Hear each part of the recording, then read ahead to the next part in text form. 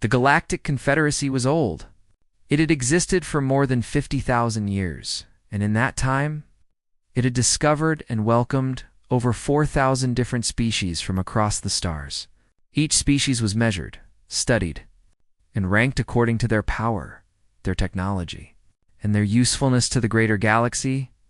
Humans ranked very low on this list. Ambassador Kethra of the Valorian. Dominion sat in her private office aboard the Confederacy's great space station. She was reviewing files on newer species, and the human file made her laugh quietly to herself. She had 4 arms, silver skin, and eyes that could see heat itself. To her, humans were almost amusing in how limited they seemed. It's a short lifespan, she read aloud. The average of 80 years. No natural weapons. No armor, no telepathy. Cannot survive in vacuum. Cannot breathe underwater. Require constant food and water. Sensitive to temperature changes. Her assistant, a younger Valorian named Teth, looked over her shoulder. Why did we even allow them into the Confederacy? Kethra waved one of her hands dismissively. Politics. Their small solar system sits along the merchant corridor.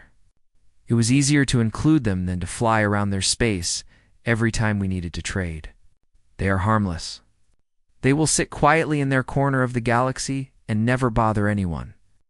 This was the common opinion about humans. They were seen as a young species, barely a few thousand years into their civilization. They had only discovered faster-than-light travel a century ago. Compared to species that had sailed between stars for millions of years, humans were like children who had just learned to walk. When the human delegation arrived at the Great Confederacy Summit that year, almost nobody paid attention to them. The summit was held on a massive station at the center of the galaxy, where representatives from thousands of worlds gathered to discuss trade, territory, and law. The humans sent 5 ambassadors. They wore simple clothing. They smiled constantly. They shook hands with everyone they met, a strange custom that other species found either charming or slightly annoying. They asked endless questions about everything. How does your gravity drive work? They asked the Tesserae engineers. What is the philosophy behind your healing arts? They asked the hegemony elders. Can you teach us about your biological ships? They asked the Karathi warriors. Most species answered their questions with patience, the way one might explain simple things to a curious child. Some found the humans irritating. Others thought they were sweet, but ultimately unimportant. What nobody noticed was that the humans were writing everything down. They recorded every answer. They studied every technology. They learned every language. They watched how different species solved problems, fought wars, made peace, built their civilizations. The humans were not just asking questions to be polite. They were learning, quietly and carefully. They were absorbing the knowledge of 4,000 civilizations, but the galaxy was too busy with its own affairs to notice. The Karathi were the warrior species of the Confederacy. They stood 8 feet tall with armored skin and claws that could tear through metal. They had conquered 1,000 worlds before joining the Confederacy, and they looked down on almost everyone. When a human ambassador tried to speak with their war master, the great warrior barely glanced at her. Your species is soft, he said. You have no claws, no armor, no venom. In my culture, you would not survive your first hunt. The human ambassador, a woman named Sarah Chen, simply smiled. We have survived many things in our world. Ice ages, plagues, wars. We are still here. The War Master laughed. It was not a kind laugh. You survived because your world was gentle. You have never faced a true predator. When real danger comes, your kind will break and scatter like frightened prey. Sarah Chen did not argue. She simply nodded politely and walked away. But there was something in her eyes that the War Master did not see. A quiet patience. A hidden strength. Life in the Confederacy continued as normal for the next several years. Humans built their small colonies. They traded fairly. They made friends with species that most others ignored. They helped where they could and never asked for much in return. Then everything changed. It began with a message. A desperate signal that echoed across every communication channel in the Confederacy. It came from the hegemony of Ethon, one of the oldest and most peaceful civilizations in the known universe. They had existed for 3 million years without ever fighting a war. They were scholars, healers, and philosophers, and they were screaming for help. "They have returned," the message said. "The Virax swarm. They are consuming our outer colonies. We have no weapons. We have no defenses. Please, someone help us." The name sent ice through the hearts of every species old enough to remember. The Virax swarm. A nightmare from ancient history. A hive-minded species of billions upon billions of creatures that moved through space like a living storm. They did not negotiate. They did not communicate. They simply consumed. Planets, stations, ships, people. Everything in their path became food for the swarm. They had been dormant for 1,000,000 years. Everyone had hoped they were dead. They were not dead. They were hungry. The Confederacy's warrior species mobilized immediately. The Karathi launched their great biological warships. The Valorians activated their energy fleets. The Tesserae deployed their gravity cannons. This was what they had trained for. This was their purpose. In the chaos of preparation, a small human ship approached the Confederacy command station. Ambassador Sarah Chen requested a meeting with the War Council. She was granted 5 minutes. "How can we help?" she asked simply. The council looked at her with expressions ranging from confusion to pity. The Karathi War Master was there, and he remembered her from years ago. "Help," he repeated. "You have no warships. You have no weapons that could scratch a Virax drone. Your bodies are fragile. Your numbers are small. What could humans possibly offer in a war like this?" Sarah Chen did not flinch. "We can offer whatever we have. Ships, supplies, medical support. Our people want to stand with the Confederacy." The War Master shook his head. "Go home, human. Protect your little planet. Stay out of our way, and perhaps the swarm will overlook you." The council dismissed her. As she walked back to her ship, a hegemony elder stopped her in the corridor. He was ancient, his skin like wrinkled paper, his eyes holding the weight of 3 million years of history. "You offered to help," he said quietly. "Even though they laughed at you." "Why?" Sarah Chen looked at him. "Because it is the right thing to do. We do not abandon people who need us. It is not who we are." The elder studied her for a long moment. Then he nodded slowly. "Perhaps," he said, "the galaxy has misjudged your kind." Sarah Chen smiled sadly. "Perhaps, but I hope we never have to prove it." She did not know that very soon humans would prove exactly what they were made of, and the galaxy would never look at them the same way again. The Battle of Tesseron Prime was supposed to be a victory. The greatest warrior species of the Confederacy had gathered their mightiest fleets. Thousands of warships filled the space around the Tesseron system, their weapons charged and ready. This was the moment they had trained for across countless generations. The Karathi led the attack. Their biological warships were living things, grown over centuries from organic material that was stronger than any metal. Each ship could heal itself. Each ship carried weapons that could crack moons in half. The Karathi War Master himself commanded the flagship, his claws gripping the command throne as he roared the order to charge. Behind them came the Valorians with their energy fleets, ships made of pure light and force that could bend space itself. The Tesserae brought their gravity cannons, weapons that could crush enemy vessels into balls the size of fists. 12 other species added their strength to the armada. It was the largest military force the galaxy had ever assembled. It was not enough. The Virax swarm came like a living ocean. There were so many of them that they blocked out the stars. Each creature was the size of a small ship, with jaws that could bite through hull plates and claws that tore armor like paper. But it was not their individual strength that made them terrifying. It was their numbers. Billions upon billions of them, all connected through a hive mind. All moving with perfect coordination. The battle lasted 6 hours. The Karathi fought with savage fury. Their warships tore through swarm after swarm, their plasma lances burning thousands of Virax with every shot. But for every creature they killed, 10 more took its place. The Valorian ships flickered and died as the swarm overwhelmed their energy shields. The Tessari gravity cannons fell silent one by one. When it was over, the Karathi fleet was gone. 17 other species had lost their entire armadas. Millions of soldiers were dead. The wreckage of the greatest military force in galactic history drifted through space. Like leaves after a storm, the Vurex did not stop to celebrate. They simply moved on to the next system. And the next. And the next. Panic spread through the Confederacy faster than any disease. Species that had been spacefaring for millions of years began evacuating their homeworlds. Ancient enemies suddenly became competitors for the safest sectors of space. Trust collapsed. Alliances shattered. Everyone was running. Everyone except the humans.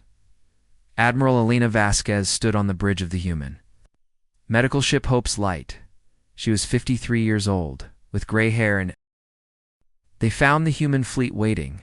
It was not a large fleet by galactic standards. 300 Unity-class warships. 500 support vessels.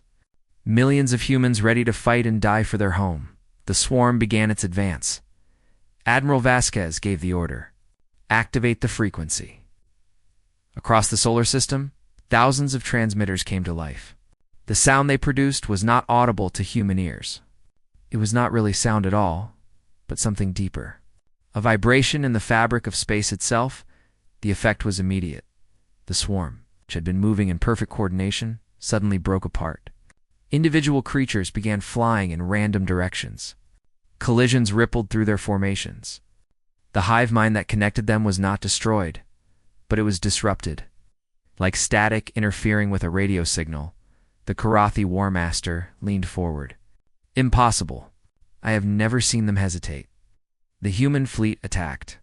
The Unity-class ships hit the disoriented swarm with everything they had. Bioorganic hulls absorbed damage that would have destroyed conventional vessels. Energy weapons cut through Verax creatures by the thousands. Gravity manipulation pulled swarms into dense clusters where they could be targeted more efficiently. And when the Verax began to adapt, humans changed tactics. They did not follow a single strategy. Each captain made their own decisions, responding to what they saw, trying new approaches. Taking risks that no computer would recommend. It was chaos. Beautiful, creative, unpredictable chaos. The Verax could not adapt to it. They were designed to counter patterns, to evolve against threats they understood. But human warfare was not a pattern. It was improvisation. It was jazz and madness and desperate innovation. For the first time in their existence, the Verax began to lose. The battle lasted for 3 days. Thousands of human ships were destroyed. Hundreds of thousands of humans died. But the swarm was pushed back. Not defeated, but stopped. Held at the edge of the solar system. Throughout the galaxy, species that had given up hope stared at their screens in stunned silence. Then the messages began to arrive. The Karathi War Master was the first to speak. This is War Master Kethfer of the Karathi. We are coming to join you. Tell us where to fight. The Valorian ambassador followed.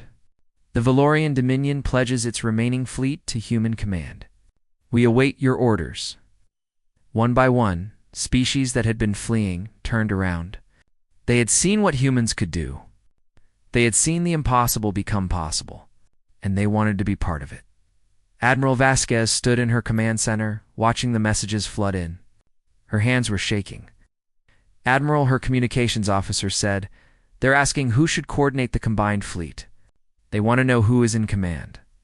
Vasquez closed her eyes. 3 days ago, she had commanded hospital ships. Now the galaxy was asking her to lead them. "Tell them," she said quietly, "that humanity accepts. But this is not about us giving orders. This is about all of us fighting together." She opened her eyes and looked at her staff. "Get me the commanders of every species willing to join. We have a war to win. And we're going to win it the human way." "What is the human way, Admiral?" She smiled for the first time in weeks. "Together. We win together."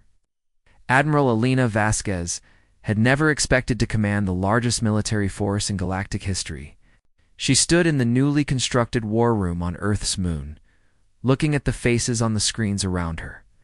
Karathi warlords with scarred faces and fierce eyes, Valorian commanders with their silver skin glowing softly in the light, Tesserae engineers who had built weapons capable of tearing apart stars, leaders from over 200 species, all looking at her, all waiting for her orders. "Thank you for coming," she said. "I know many of you traveled far to be here. I know some of you lost everything at Tesseron Prime. Before we begin, I need to ask you something." The Karathi Warmaster Kethfer growled impatiently. "Ask quickly, human. The swarm grows stronger every day. We do not have time for speeches." "That's exactly my question," Vasquez said. "Why are you here?" "A month ago, your council told me that humans had nothing to offer. Now you want us to lead you. What changed?" The room was silent. Then, slowly, Kethfer spoke again. His voice was different now, softer, almost humble. "At Tesseron Prime, I watched my fleet die. The greatest warriors in the galaxy, destroyed in ours. We fought with all our strength and it meant nothing. The swarm adapted to everything we did. We could not surprise them. We could not outthink them. We could only die." He paused, "and I watched you. Your little medical ship staying behind to save our wounded while we fled. Your people healing those who had mocked them. Your scientists asking questions nobody else thought to ask. And finally, your fleet holding the line with technology that should not exist, fighting in ways we had never seen. You did what we could not do. You surprised them. You made them hesitate.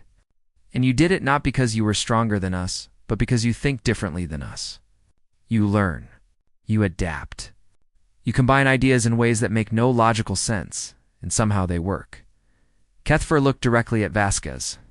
"We are here because we finally understand what we failed to see before. Your weakness is your strength. Because you are small and fragile, you learn to be clever. Because your lives are short, you learn to act quickly. Because you could not win alone, you learn to work with others. That is why we will follow you, Admiral. Not because you are the strongest, but because you are the best hope we have." Vasquez felt tears forming in her eyes, but she blinked them back. There was no time for emotion. There was only time for war. "Then let's get to work," she said. "But we're not going to do this my way or your way. We're going to do this together. Every species in this room has something to offer. I want to know what each of you does best." The planning sessions lasted for days, but they were unlike any military planning the galaxy had ever seen. Instead of one commander giving orders, Vasquez asked questions. "What are your ships good at? What tactics have worked against the swarm? What do your people know that others might not?" Slowly, a strategy emerged. Not a single strategy, but thousands of them woven together. The Karathi would lead aggressive strikes, using their healing ships to absorb damage and keep fighting. The Valorians would create energy shields to protect weaker vessels. The Tesserae would use their gravity weapons to disrupt swarm formations.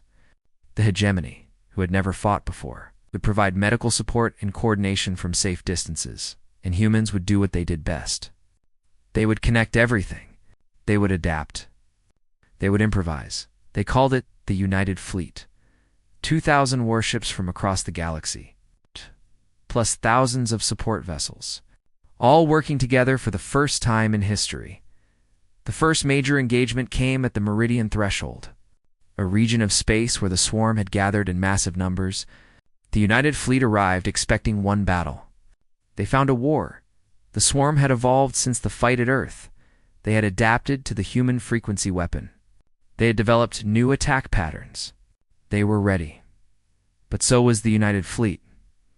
When energy weapons stopped working, the Karathi switched to physical attacks, ramming their healing ships directly into swarm clusters. When physical attacks became too dangerous, Valorian shields created safe passages for smaller ships to slip through. When the swarm concentrated against one position, Tesserae gravity wells pulled them away from another, and through it all, human coordinators worked frantically, passing information between fleets that had never fought together before. Translation programs converted orders between hundreds of languages in milliseconds. Human officers made snap decisions, trusting instincts that no computer could calculate. The battle raged for 12 hours, then 24. Then 40-8, by the third day, something remarkable had happened. The United Fleet was winning, not easily, not without terrible losses. Ships from every species drifted broken and burning through space. Millions of soldiers died. The cost was almost too high to bear, but the swarm was falling back. Then, in the middle of the battle, everything changed. Lieutenant Commander David Chen was not a warrior. He was a linguist, a translator who had spent his career studying alien languages and communication patterns. While the battle raged, he had been doing what he always did. He had been listening. The Virax had been studied for millions of years.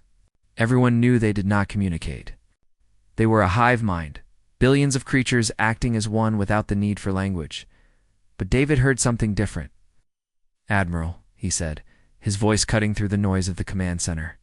"Something is happening with the swarm. I need you to look at this." Vasquez moved to his station.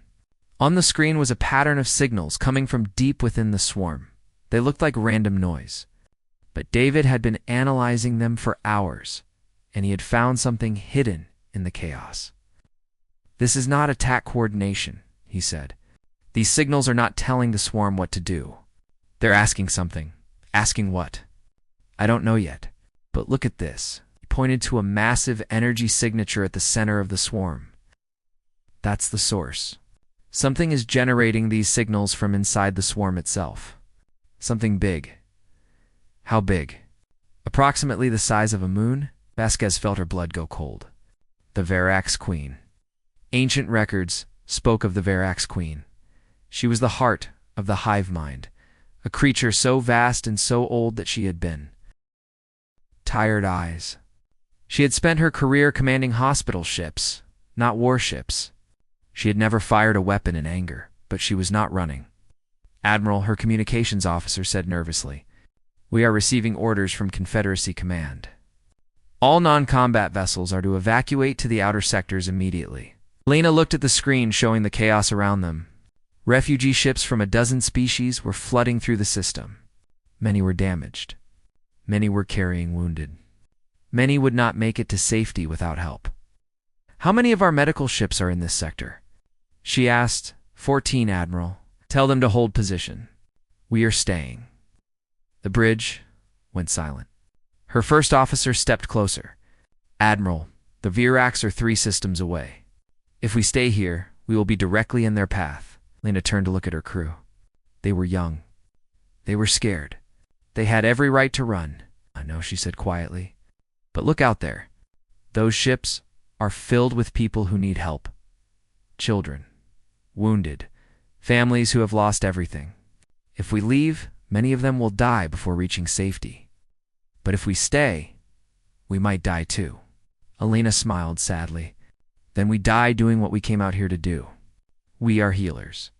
We help people. That does not change just because it becomes dangerous." Word spread quickly among the human ships. Not a single one chose to leave.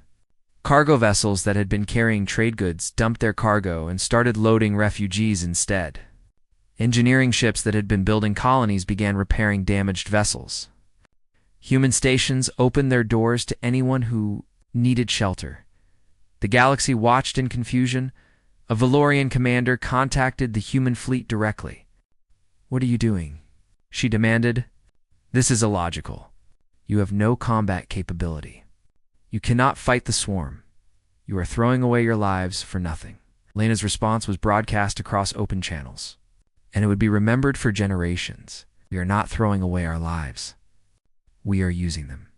Every refugee we save, every wounded soldier we heal, every ship we repair, that matters. Maybe we cannot kill the swarm, but we can save people from it. And that is enough. That has to be enough." The Valorian commander had no response. On refugee stations throughout the sector, humans worked without rest. Human doctors treated Karathi warriors, their small hands stitching wounds in aliens 3 times their size. Human engineers crawled through damaged hegemony ships, their simple tools somehow keeping ancient systems running. Human counselors sat with traumatized children from a dozen species, offering comfort in whatever way they could. A young Karathi warrior woke up in a human medical bay. Half his body was covered in bandages. He remembered the battle, remembered his ship breaking apart, remembered floating in the cold of space waiting to die. "Where am I?" he growled. A human nurse looked up from her work. She was small enough that he could have crushed her with one hand. "You were on the Hope's Light," she said. "A human hospital ship. You were badly hurt, but you were going to recover." The warrior stared at her. "Why did you save me?" "Your council mocked you. My people called you weak and useless." The nurse shrugged. "You were hurt. You needed help. That is all that matters." The warrior was silent for a long time. Finally, he spoke again, and his voice was different. Softer. "I was wrong about humans." Stories like this spread through the refugee populations. Slowly, the way the galaxy looked at humans began to change. They were still seen as fragile and short-lived. But there was something else now. Something unexpected. Respect. Then the news came that froze everyone's blood.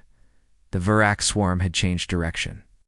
They were no longer moving toward the core worlds where the richest species lived. They had turned toward a small, unimportant solar system on the edge of Confederacy space. Earth, 8 billion humans.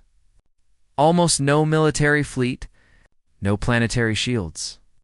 No orbital defense platforms that could stop a swarm of billions. Confederacy analysts calculated the survival rate. 0%. The message reached Admiral Vasquez within the hour. She gathered her captains for a final meeting. "You've all heard the news," she said. "The swarm is heading for Earth. Command is ordering all human ships to attempt evacuation of as many civilians as possible. We have approximately 3 weeks before they arrive." Our captains were silent. Some were crying. All of them knew there was no way to evacuate 8 billion people in 3 weeks. "What do we do?" one of them asked. Elena Vasquez straightened her shoulders. Her eyes were wet, but her voice was steady. "We go home, and we stand. We cannot win. No, we probably cannot. But our people will not die alone, and we will not die running." Across the galaxy, human ships began their journey home. They were not warships. They were medical frigates and cargo haulers and passenger liners. They were going home to face extinction, and they were not afraid. They were determined. The galaxy watched, and for the first time. They wondered if they had been wrong about humans all along. The military leaders of the Confederacy gathered to watch Earth die. It was not cruelty that brought them together. It was curiosity, and in some cases, a strange sense of guilt. The Karathi War Master stood at the viewing screen aboard the Confederacy command station. His wounds from Tesseron Prime had healed, but the shame of that defeat still burned in his chest. He had mocked the humans. He had called them weak. Now they were facing the same enemy that had destroyed his fleet, and they were not running. "Brave little creatures," he muttered. "Foolish, but brave." The Valorian ambassador Kethra stood beside him. She had once laughed at the human file. She was not laughing now. "Their fleet is arriving in their solar system," a scanner operator announced. "Mostly non-combat vessels. Medical ships. Cargo haulers. Some light patrol craft. Nothing that could threaten the swarm." "How long until the Verax arrive?" the War Master asked. 18 days. Kethra shook her head. "We should look away. This will not be pleasant to watch." But they did not look away. Something kept them watching. On Earth. Humanity was busy. The world's governments had united for the first time in human history. There were no more borders. No more nations fighting each other. Every factory, every laboratory, every mind was focused on a single goal: survival. Admiral Vasquez had returned to Earth to coordinate the defense. She stood in the command center buried deep beneath the mountains of Switzerland, surrounded by screens showing construction sites across the solar system. "How much longer?" she asked. General Marcus Webb, commander of Earth's military forces, pulled up a timeline. "The first wave will be ready in 10 days. The second wave in 15? We're cutting it close. We knew we would be. Show me what we have." What appeared on the screen made the watching Confederacy leaders gasp in shock. Ships. Warships. but not like anything the galaxy had ever seen. For the past century, while the Confederacy had dismissed humans as harmless, humanity had been doing what they did best. They had been learning. Every question they asked at those summits, every technology they studied, every piece of knowledge they gathered from 4,000 civilizations, they had brought it all home, and they had combined it. The first ship class appeared on the screen. It had a Korathi bioorganic hull, capable of healing itself in battle. But inside that living armor was a Valorian energy core, providing power that should have been impossible for a ship that size. Tesserae gravity drives let it move in ways that defied physics. And connecting it all was human engineering, designed to make these incompatible systems work together. "We call them the Unity class," General Webb said. "We've been building them in secret for 60 years. The Korathi War Master stared at the screen in disbelief. That should not be possible. Those technologies are not compatible. They should tear each other apart. But humans did not know what was impossible. They only knew what they wanted to achieve. The second surprise was even greater. Dr. Sarah Chen, the same woman who had once offered to help the War Council, stood in a research facility on the moon. Around her were musicians, physicists, and xenobiologists from every nation on Earth. "We have been studying everything the Confederacy knows about the Virax," she told Admiral Vasquez through the communication link. "Their biology, their history, their behavior patterns. And you found something? We found a question no one else thought to ask. Everyone studied how to kill the Virax. We asked what the Virax were afraid of." She explained what they had discovered. Buried in ancient records from species that no longer existed, there were stories of the Virax fleeing from something. Long before they became the terror of the galaxy, something had driven them from their home dimension. Something connected to sound, a specific frequency that disrupted their hive mind. Connection. Human musicians had worked with alien scientists to recreate that frequency. Human engineers had built transmitters powerful enough to broadcast it across an entire solar system. "Will it kill them?" Admiral Vasquez asked. "No, but it might confuse them. Slow them down. Buy us time." "How much time?" Dr. Chen paused. "We don't know. We've never tested it on a live swarm." "This is all theory." Admiral Vasquez nodded slowly. "Then I suppose we're about to find out if the theory is correct." The Virax arrived on the 18th day. They came out of faster-than-light travel at the edge of the solar system. A living cloud of billions of creatures that stretched across the darkness like a stain. Their hunger reached out ahead of them, searching for life to consume. Alive since before most current species existed. She had not moved in 1,000,000 years. If she was awake now, it meant the swarm was more dangerous than ever. But David shook his head. "No, Admiral. That's what I'm trying to tell you. The signals are not commands. They're not aggressive. If I had to describe them in human terms, I would say they sound like—" He paused, struggling to find the right word. "Questions. They sound like questions. Questions about what? I don't know. But I think the Queen is trying to communicate with us." Vasquez stared at the screen. Around her, the battle continued to rage. Ships were dying. Soldiers were fighting and falling. And at the center of it all, a creature, older than most stars, was trying to say something. "Can you translate it?" she asked.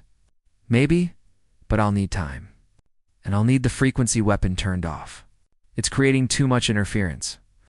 If we turn off the frequency, the swarm will coordinate again. We'll lose our advantage." David met her eyes. "No. But if the Queen is really trying to communicate, this might be more important than winning one battle. This might be a chance to end the war entirely." Vasquez looked at the screen showing the ongoing battle. Thousands of lives hung in the balance. The decision was hers alone. "Do it," she said. "Find out what she's saying. I'll hold the line as long as I can." She turned back to the main display and began giving new orders. Somewhere behind her, David Chen started working on the most important translation in human history. The answer he found would change everything.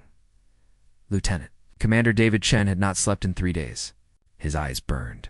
His hands trembled from too much caffeine. But he did not stop working. Around him, the battle for the galaxy's survival continued. His war was fought with data and patterns. In the desperate hope that he was not wrong, the Queen's signals filled his screens.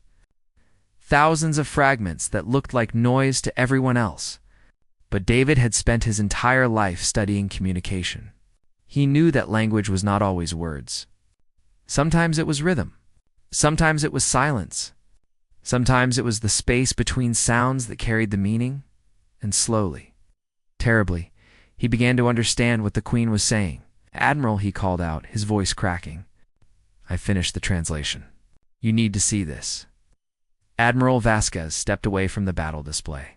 She looked as exhausted as he felt. 3 days of continuous fighting had pushed everyone beyond their limits.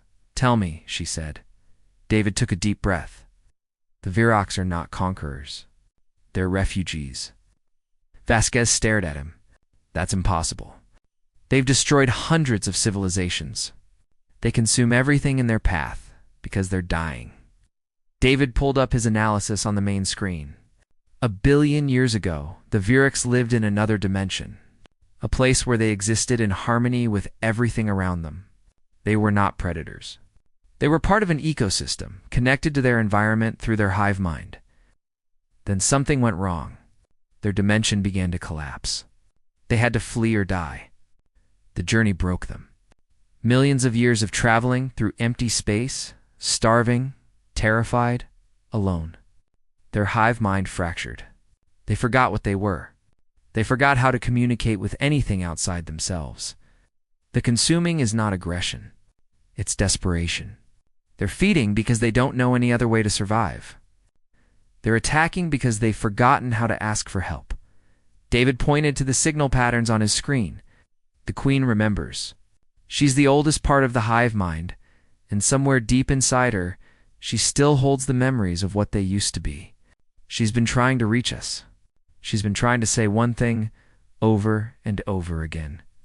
What is she saying? David's voice dropped to a whisper. "Please, teach us. We have forgotten how to ask. Please." The room went silent. On the battle displays, ships were still fighting and dying. The swarm was still attacking. But the nature of everything had changed. Vasquez turned to face the other. Commanders Karathi, Valorian, Tesseri, leaders from dozens of species who had lost friends, and family to the Virocs. "You heard him," she said. "The Queen is trying to communicate. She's asking for help." The Karathi War Master Kethver slammed his fist against the console. "This could be a trick. A way to make us lower our guard." "It could be," Vasquez agreed. "But what if it's not?" A Valorian commander spoke up. "Even if it's true, what does it change? They've killed billions.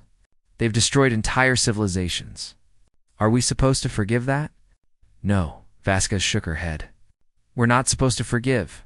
We're supposed to choose. Right now, in this moment, we have a choice to make. We can destroy the Queen while her defenses are focused on communication. End the swarm forever. Or we can try something that has never been tried before. We can try to heal them." The argument that followed was fierce. Species that had lost homeworlds to the Virocs demanded justice. Warriors who had watched their friends die wanted revenge. The logical choice, the safe choice, was destruction. But Admiral Vasquez stood firm. "This is who we are," she said, her voice cutting through the shouting. "Humans, I mean. This is what we do. We find another way. When everyone says something is impossible, we ask why. When everyone says the only choice is destruction, we look for a path to healing. We stayed behind to save your wounded when we had every reason to run. We shared our technology when we could have kept it for ourselves. We led this fleet not because we wanted power, but because you asked us to. Now I'm asking you to trust us one more time." The Virocs were broken by fear and time and loneliness. Those are things we understand. Those are things we can help with. Give me a chance to try. If I'm wrong, you can destroy them anyway. But if I'm right, we might end this war without losing another life. The vote was close. But in the end, the United Fleet chose to trust the humans one more time. The next 3 years were the hardest the galaxy had ever known. Human. Xenobiologists worked with hegemony healers to understand the Virocs' biology. Karathi geneticists helped decode the fractured hive mind. Tasari engineers built new technologies to communicate with the Queen on a level she could understand, and slowly, piece by piece, they began to heal what was broken. It was not easy. There were setbacks. There were moments when it seemed impossible. Some Variks could not be reached and had to be destroyed before they killed again. Trust was fragile and often shattered, but humans refused to give up. They never gave up. Admiral Vasquez visited the Queen herself, traveling to the massive creature's location in a tiny shuttle. The Queen was the size of a moon, ancient beyond comprehension, her surface covered with billions of neural connections. She could have destroyed Vasquez with a thought. Instead, she listened. "You are small," the Queen said. Her voice was not sound, but a vibration that Vasquez felt in her bones. "Your lives are brief, yet you came to help us when all others wanted us destroyed." Vasquez thought about the question for a long time. "Because someone once told us that we were weak and useless," she said. "They were wrong about us. We thought we might be wrong about you. You could have destroyed us. It would have been safer." "Maybe, but safe is not the same as right. We believe that everything that thinks and feels deserves a chance to become better, even if it's hard, even if it takes time, even if we fail." The Queen was silent for what felt like hours. Then, slowly, her massive form began to change. The signals flowing from her shifted. The hive mind of the Varaks, fractured for 1 billion years, began to reconnect. But this time, it was different. This time, the connection was not driven by fear and hunger. It was driven by choice. When the Varaks finally spoke as a unified, peaceful consciousness, their first words were directed at humanity. "We remember now. We remember what we were. We were part of the great harmony. We belonged. You have given that back to us." The war was over. The Galactic Confederacy was reborn in the years that followed. But it was different now. It was not just an alliance of convenience where species tolerated each other while pursuing their own goals. It was a true community. It's built on the foundation that humanity had created through sacrifice and stubborn hope. The Varaks became part of that community. They worked to heal the damage they had caused. They shared the knowledge they had gathered across 1 billion years. They were no longer a threat, but a partner. And at the center of it all stood humanity. The fragile, short-lived species that everyone had dismissed. The people who had stayed when others fled. The dreamers who had looked at an impossible situation and asked, "What if?" Ambassador Kethra, now old and respected, updated the human file one last time. She deleted the threat assessment that had once ranked them so low. She removed the notes about their physical weaknesses and short lifespans. In their place, she wrote a single notation. It would become humanity's legacy across the stars, inscribed on monuments and taught in schools and remembered for as long as civilization existed. Not to be underestimated. Not because they are dangerous, but because they make everyone around them better. Far away, on a small blue planet orbiting an ordinary yellow star, a child looked up at the night sky and dreamed of the worlds beyond. She did not know that her species had changed the galaxy. She did not know about the wars and sacrifices and impossible choices that had brought peace to the stars. She only knew that the universe was full of wonders waiting to be discovered, and that was enough.